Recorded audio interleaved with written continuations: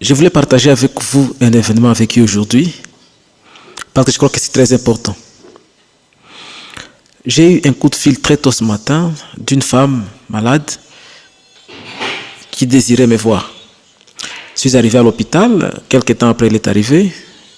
Elle est entrée dans mon cabinet de consultation. Elle était dans tous ses états. Et je l'ai regardée, je l'ai saluée, je l'ai calmée.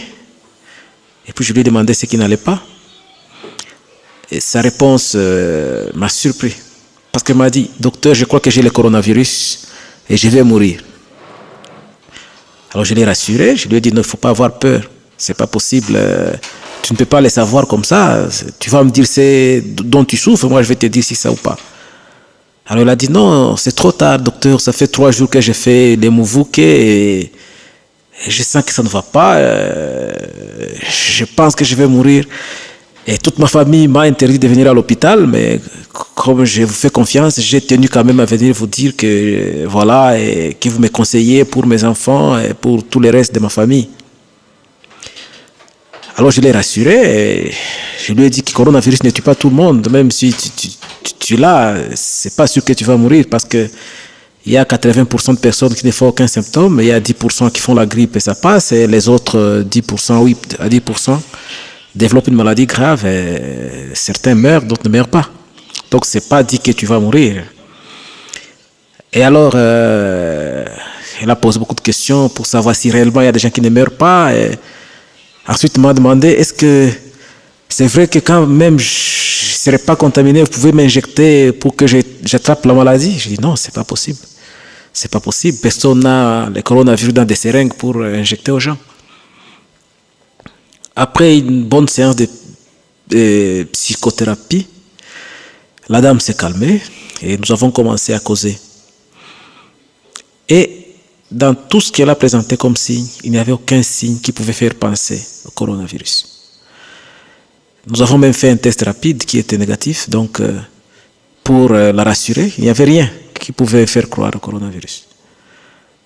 Et pendant qu'elle était en consultation, il y a un groupe de gens qui étaient dehors à l'hôpital, qui menaçaient, qui voulaient récupérer, qui voulaient l'empêcher au fait de consulter, parce qu'ils disaient que l'hôpital va la transférer immédiatement dans les centres de traitement, et là, on va la mettre sous une machine qui tue les gens. Et puis finalement, on a rencontré tout le monde, on a discuté, et tous les examens étaient sortis normaux. On a dû confier la femme au collègue psychologue pour qu'elle s'occupe d'elle. Et après, elle a repris ses esprits et tout a bien marché. Pourquoi je raconte cette histoire? Parce que ça explique tout ce qui se passe. Beaucoup de gens meurent dans les maisons parce qu'ils ont peur de venir dans les hôpitaux. Alors ils développent un syndrome psychique lié à la peur, lié à tout ce qu'on raconte sur le coronavirus. Ils sont attrapés d'une anxiété qui fait que finalement ils sentent tous les signes qu'on pourrait attribuer à Covid-19. Ils se mettent à prendre de l'automédication, à faire les mouvouquets et finalement ils se tuent. La communauté doit comprendre qu'il n'y a pas que coronavirus comme maladie, il n'y a pas que Covid comme maladie. Les gens peuvent souffrir d'autres choses et les hôpitaux sont là pour aider, pas pour tuer. Donc on peut comprendre comment certaines personnes meurent alors qu'ils auraient pu être sauvés. Certaines personnes développent des crises d'anxiété alors qu'il n'en est rien. Nous devons changer, nous devons comprendre la situation que nous traversons. Si nous voulons vraiment vaincre la maladie, nous devons nous confier aux médecins. Nous devons nous confier au personnel soignant parce qu'eux ils savent.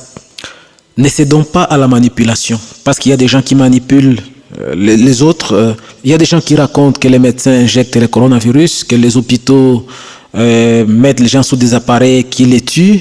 Non, ne cédons pas à la manipulation.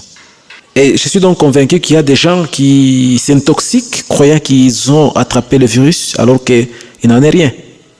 Confions-nous au personnel soignant et acceptons que le coronavirus circule, mais que ce n'est pas la fin du monde, que ça ne tue pas tout le monde, que ça tue même peu de gens par rapport à ce qu'on croit. Parce qu'apparemment, maintenant, la plus grande maladie commence à être la psychose que le coronavirus. Et certaines personnes, pour échapper, préfèrent refuser l'existence du coronavirus et s'exposent davantage. N'ayons pas peur. Quand on vous transfère vers un centre de traitement, c'est pour vous donner plus de chances de survivre. Et cela se fait pour le bien du malade et pour le bien de sa famille. Et non l'inverse comme on est en train de le dire. Ensemble, si nous nous unissons, si nous respectons les conseils, ensemble, nous vaincrons la COVID-19. C'est laver les mains régulièrement à l'eau et au savon ou au gel hydroalcoolique, du sang dans les plis du coude. Évitons les attroupements, gardez la distance d'1 mètre dans la conversation, portez les masques dans l'espace public, ne pas se serrer la main, évitons de toucher les nez, les yeux et la bouche.